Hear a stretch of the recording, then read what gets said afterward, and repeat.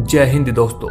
एक समय था जब हथियारों के लिए हमें दूसरे देशों के आगे पीछे घूमना पड़ता था और खुद से हथियार बनाकर दूसरे देशों को बेचने की तो हम सोच भी नहीं सकते थे। देश के आजाद होने के बाद भी कई सालों तक रक्षा हथियारों के लिए हम दूसरे देशों पर ही निर्भर रहे। लेकिन आज 21वीं सदी में वक्त बदल चुका है। दुनिया भर में भारत को उभरती हुई ताकत के रूप में देखा जा रहा है। आज हमें ऐसे हथियारों की जरूरत है जो चीन के हथियारों से मुकाबला कर सके। चीन के पास आज एक से बढ़कर एक एडवांस वेपन सिस्टम मौजूद है। वो किस प्रकार से अपने आप को बदल रहा है, उसी प्रकार से हमें अपने हथियारों को बदलने की जरूरत है। दरअसल किसी भी देश का रक्षा क्षेत्र उसे दुनिया में एक अलग पहचान दिलाता है और डिफेंस सेक्टर में जो देश जितना ज्यादा आत्मनिर्भर होगा, दुनिया में उसका उतना ही ज्यादा प्रभाव बनेगा।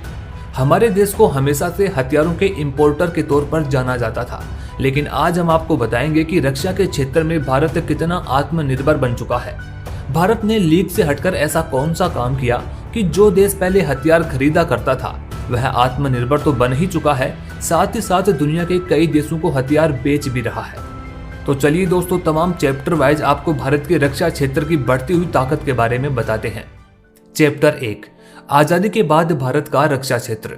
दोस्तों, ब्रिटिश रूल के समय भारत में 12 ऑर्डिनेंस फैक्ट्रियां मौजूद थी, लेकिन अंग्रेजों ने कभी भी यहां पर अच्छा इंफ्रास्ट्रक्चर खड़ा नहीं किया और न ही तकनीकी के विकास पर कभी जोर दिया। देश के आजाद होने के बाद 50 के दशक में हमने कुछ हथियारों को देश में ही बनाने पर जोर दिया, लेकिन फिर भी हम एडवांस और बेहतर हथियारों के लिए दूसरे देशों पर ही निर्भर थे। दोस्तों, 1956 में रिवाइज्ड इंडस्ट्रियल पॉलिसी रेजोल्यूशन आया और उसमें यह डिसाइड किया गया कि अब केवल सार्वजनिक विभाग ही यानी गवर्नमेंट सेक्टर ही हथियारों का निर्माण कर सकता है। इसका मतलब हुआ कि कोई भी प्राइवेट सेक्टर रक्षा से जुड़े हथियार नहीं बना सकता था। इस पॉलिसी के बाद केवल ऑर्डिनेंस फैक्ट्री ही हथियार बना सकती थी। और दोस्तों, कहीं ना कहीं शायद यही एक कारण रहा कि आत्मनिर्भर होने में हमें काफी समय लग गया। वहीं रक्षा के क्षेत्र में रिसर्च के लिए DRDO यानी कि रक्षा अनुसंधान एवं विकास संगठन का गठन किया गया। 1962 में भारत का चीन से युद्ध हुआ तो भारत सरकार ने रक्षा के बजट को और ज्यादा बढ़ाने का ऐलान किया।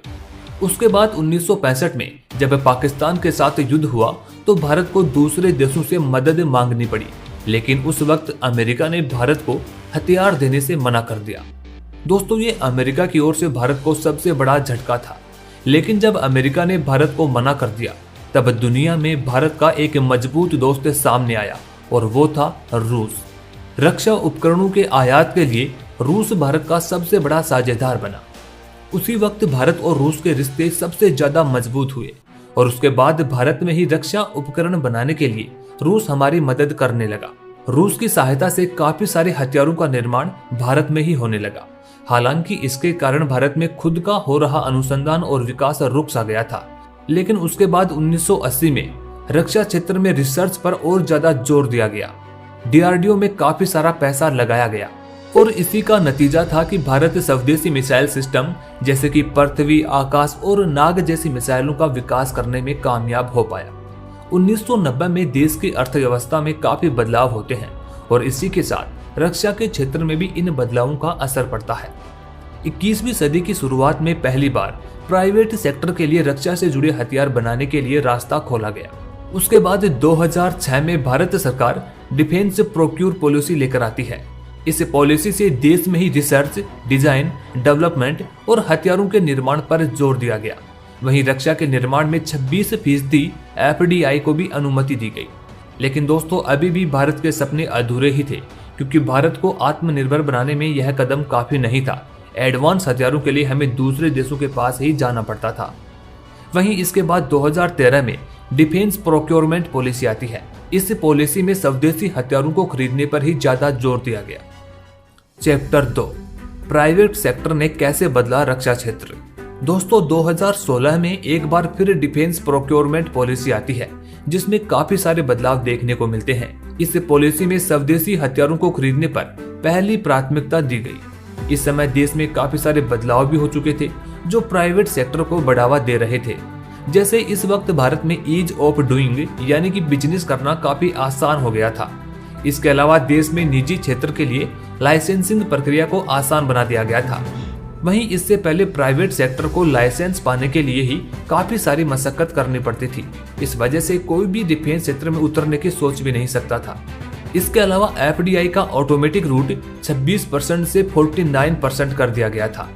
इसके अलावा मेक इन इंडिया जैसी पॉलिसी ने दुनिया भर से लोगों का ध्यान भारत की ओर आकर्षित किया। दोस्तों 2016 में नई पॉलिसी आने के बाद ही भारत के अंदर ही स्वदेशी हथियार बनाने को तेज गति मिली। वहीं इसके 3 साल बाद ही जब दुनिया में कोरोना का संकट आया तो पूरी दुनिया में सप्लाई चेन बाधित हो गई थी। इस वक्त भारत ने आत्मनिर्भरता को ज्यादा महत्व दिया। वहीं रक्षा के क्षेत्र में एफडीआई को बढ़ाकर ऑटोमेटिक रूट से 74% कर दिया गया। दोस्तों इसके बाद सबसे बड़ा बदलाव तो तब आया जब 16 जून 2021 को कैबिनेट ने एक ऐतिहासिक बिल को अप्रूव किया। इस बिल में ऑर्डिनेंस फैक्ट्री बोर्ड के तहत आने वाले देश भर में मौजूद 41 फैक्ट्रियों को खत्म कर 7 नए गवर्नमेंट अंडरटेकिंग बनाने का फैसला किया गया। इसके अलावा बीते कुछ वर्षों में भारत ने रक्षा के क्षेत्र को भी काफी बढ़ाया है। दोस्तों डिफेंस सेक्टर में प्राइवेट सेक्टर को शामिल करने का कितना फायदा हुआ है, इस बात का अंदाजा आप इन आंकड़ों को देखकर ही लगा सकते हैं। 2015-16 में भारत ने कुल 1521 करोड़ रुपए के रक्षा उपकरणों का निर्यात किया, जिसमें प्राइवेट सेक्टर की भागीदारी 194 करोड़ रुपए की थी। 2019-20 में कुल 9115 करोड़ रुपए का निर्यात किया गया। वहीं 2020-21 में यह आंकड़ा 8434 करोड़ रुपए रहा था। उसके बाद 2021 में हमने 13000 करोड़ रुपए का निर्यात दर्ज किया है, जो डिफेंस सेक्टर में अब तक का सबसे अधिक आंकड़ा है, जिसमें 8800 करोड़ रुपए की भागीदारी प्राइवेट सेक्टर की ही रही है। दोस्तों इन आंकड़ों को देखकर स्थिति क्लियर हो जाती है कि मेक इन इंडिया का जो शेयर बढ़ रहा है, भारत जो रक्षा उपकरणों को निर्यात कर पा रहा है, वो प्राइवेट सेक्टर के आने के बाद ही बढ़ा है। इसमें सबसे बड़ी बात तो यह है कि DRDO free of cost private sector को तकनीक भी साझा कर रहा है। चैप्टर 3 भारत के स्वदेशी हथियार। दोस्तों बीते कुछ वर्षों में रक्षा क्षेत्र में जो परिवर्तन हुए हैं, उसका रिजल्ट हमें 2022 में देखने को भी मिला है। जिन हथियारों के लिए हमें पहले दूसरे देशों पर निर्भर रहना पड़ता था, वो एडवांस टेक्नोलॉजी वाले वेपन्स आज भारत में ही बनाए जा रहे हैं। जैसे कि आप देख भी सकते हैं, इसी साल 2022 में इंडियन नेवी को INS विक्रांत सौंपा गया है। विक्रांत को 76% से भी ज्यादा देश में मौजूद संसाधनों से ही बनाया गया है। इस एयरक्राफ्ट को बनाने में लगी 23,000 करोड़ रुपए की लागत का 80 से 85% वापस भारतीय अर्थव्यवस्था में ही लगा दिया गया है। इसके अलावा LCA तेजस फाइटर जेट को HAL के द्वारा भारत में ही बनाया गया है। इसकी मांग तो दुनिया भर के कई देश कर भी चुके हैं। इसके अलावा हाल ही में हिंदुस्तान एरोनॉटिक्स लिमिटेड ने जोधपुर में इंडियन एयरफोर्स को लाइट कॉम्बैक्ट हेलीकॉप्टर दिया है, जिसे प्रचंड हेलीकॉप्टर भी कहा जा रहा है। LCH को बनाने में जिन उपकरण और सामग्रियों का इस्तेमाल हुआ है, उनमें से 45% स्वदेशी है। इसके अलावा और भी कई सारे मिसाइल्स, कई सारे हथियार भारत में ही बनाए जा रहे हैं। इसके अलावा भारत सरकार भी ऐसे कई कदम उठा रही है ताकि निजी कंपनियों को इसमें और प्रोत्साहन मिल सके। डिफेंस सेक्टर की इस भागीदारी को और ज्यादा बढ़ाने के लिए बीते कुछ सालों में भारत ने बाहर से हथियार खरीदने पर कई रक्षा उपकरणों पर प्रतिबंध भी लगा दिए हैं, ताकि स्वदेशी को बढ़ावा मिल सके। अब जाहिर सी बात है कि जिन जिन रक्षा के उपकरणों पर रोक लगाई गई है, अगर वो उपकरण देश में ही बनने लगेंगे तो देश की अर्थव्यवस्था को भी इससे फायदा मिलेगा, साथ ही दूसरे देशों पर निर्भरता भी कम होगी। आज भारत दुनिया के 80 देशों को भारत में बने रक्षा उपकरण बेच रहा है, और ये आंकड़े भी दिखाते हैं कि हम मेक इन इंडिया से आगे बढ़ते हुए मेक फॉर वर्ल्ड पर आगे की ओर बढ़ रहे हैं। वहीं भारत सरकार ने प्राइवेट सेक्टर और MSME को और ज्यादा बढ़ावा देने के लिए देश में 2 जगह पर डिफेंस इंडस्ट्रियल कॉरिडोर बनाने का फैसला किया है। पहला बनेगा उत्तर प्रदेश में और दूसरा तमिलनाडु में। दोस्तों जिस प्रकार निजी क्षेत्र को इसमें प्रोत्साहन मिल रहा है, उससे कई कारोबारियों का भी इसमें विश्वास बढ़ रहा है। चैप्टर 4 इंडियन आर्मी के स्वदेशी आर्टिफिशियल इंटेलिजेंस हथियार। दोस्तों भारतीय सेना की ताकत को हम अच्छे से जानते हैं और पूरी दुनिया इसका लोहा भी मानती है। आजादी के बाद जब चीन और पाकिस्तान से हमारी लड़ाई हुई तो भारतीय जवानों ने चीन का डटकर मुकाबला किया और पाकिस्तान को अच्छे से धूल चटाई। लेकिन आज का वक्त पहले वाला नहीं है। आज 21वीं सदी में युद्ध करने के तरीके बदल चुके हैं। नई टेक्नोलॉजी आ चुकी है, कई नए नए प्रकार के हथियार आ चुके हैं और दुनिया ने नई टेक्नोलॉजी को रूस और यूक्रेन के युद्ध में देखा और समझा भी है। रूस के पास क्या नहीं था, उसके पास काफी सारे टैंकर्स का जखीरा था, दुनिया की शक्तिशाली सेना थी, लेकिन हल्के से दिखने वाले ड्रोन ने उन सभी को पछाड़ दिया। 10 महीने से ज्यादा हो गए, रूस को अभी तक जीत नसीब नहीं हुई है, क्योंकि आज के वक्त में टेक्नोलॉजी ही सबसे बड़ा हथियार है। इसी वजह से आज चुनौतियां भी अलग बनी हुई है। साइबर अटैक आज के वक्त की सबसे बड़ी चुनौती है, लिहाजा भारतीय सेना को आज की चुनौतियों से निपटने के लिए सक्षम और एडवांस होना बहुत जरूरी है। इसलिए भारतीय सेना भी अब सैन्य उपकरण बनाने के लिए आर्टिफिशियल इंटेलिजेंस का इस्तेमाल कर रही है। ये जो आप अपने सामने देख रहे हैं, ये टायरो है। ये इंडियन आर्मी ने अपने आप से डेवलप किया है। दोस्तों, ये टायरो आर्टिफिशियल इंटेलिजेंस से चलने वाला एक वेपन सिस्टम है। ये बिना किसी चालक के ऑपरेट होता है। इस टायरो की खासियत है कि ये 300 मीटर की दूरी पर, चाहे रात का समय हो या दिन का, 100% एक्यूरेसी के साथ मार करने की क्षमता रखता है। यानी कि एक दुश्मन के लिए एक गोली ही काफी है। इसके अंदर जिस आर्टिफिशियल टेक्नोलॉजी का इस्तेमाल किया गया है, वो इंसानों, जानवरों और गाड़ियों में डिफरेंस कर सकता है। वहीं इसके फायरिंग पैरामीटर्स में यह एकदम सटीक है। इसके अलावा इसमें एक ऑडियो वीडियो अलार्म भी लगा हुआ है। वहीं इसमें इंटरनेशनल रूल्स के हिसाब से इसके अंदर human in the loop system भी लगाया गया है। दोस्तों, बड़ी बात तो ये है कि दुनिया में ये पहला ऐसा प्रोडक्ट है जिसे स्मॉल आर्म्स के साथ इस्तेमाल किया जा रहा है। दुनिया में केवल रूस ही अब तक इसके जैसा प्रोडक्ट बना पाया है। बाकी दुनिया जहां इसको बनाने का प्रयास ही कर रही है, वहीं इंडियन आर्मी ने इसको बना करके दिखा भी दिया है।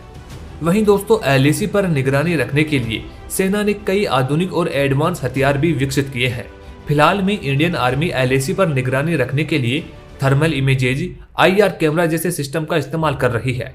लेकिन सेना ने अब एक ऐसा आर्टिफिशियल इंटेलिजेंस सिस्टम तैयार किया है जो एक जगह से इन सारे सेंसर्स को इंटीग्रेट करता है।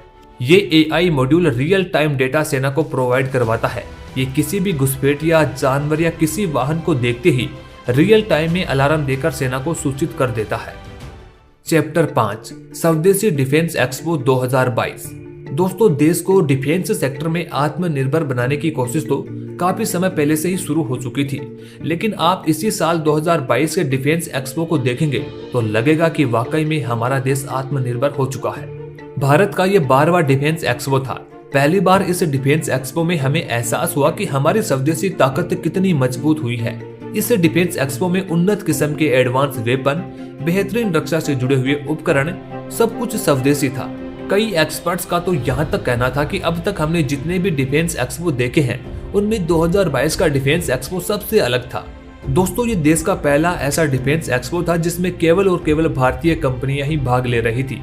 अब तक जितने भी डिफेंस एक्सपो होते थे, उनमें आधे वेपन्स इंडियन होते थे और आधे फॉरेन कंट्रीज के होते थे, लेकिन यह पहला ऐसा डिफेंस एक्सपो था जिसमें पूरे तरीके से स्वदेशी हथियार देखने को मिले।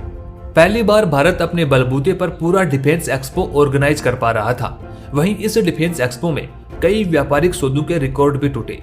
ये अब तक का ऐसा डिफेंस एक्सपो रहा है जिसमें 450 से ज्यादा एमओयू और एग्रीमेंट पर हस्ताक्षर हुए हैं। पहले के डिफेंस एक्सपो में फॉरेन कंट्रीज अपनी टेक्नोलॉजी, अपने हथियारों को भारत को बेचने की कोशिश करती थी, लेकिन ये पहली बार हुआ जब भारत अपने हथियारों को, अपनी टेक्नोलॉजी को दूसरे देशों को बेच रहा है।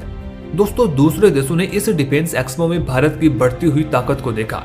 भारत जिस तरह से हथियारों का डेवलपमेंट कर रहा है, दुनिया के देशों की उम्मीदें भारत से बढ़ रही है। इस एक्सपो में रक्षा अनुसंधान और विकास पर, हवाई युद्ध की नई तकनीक पर, निर्यात को बढ़ावा देने, निवेश बढ़ाने और प्राइवेट सेक्टर को और ज्यादा शामिल करने जैसे कई विषयों पर बातचीत करने के लिए 20 से ज्यादा सेमिनार किए गए, जिसमें रक्षा क्षेत्र से जुड़े हुए कई एक्सपर्ट शामिल थे।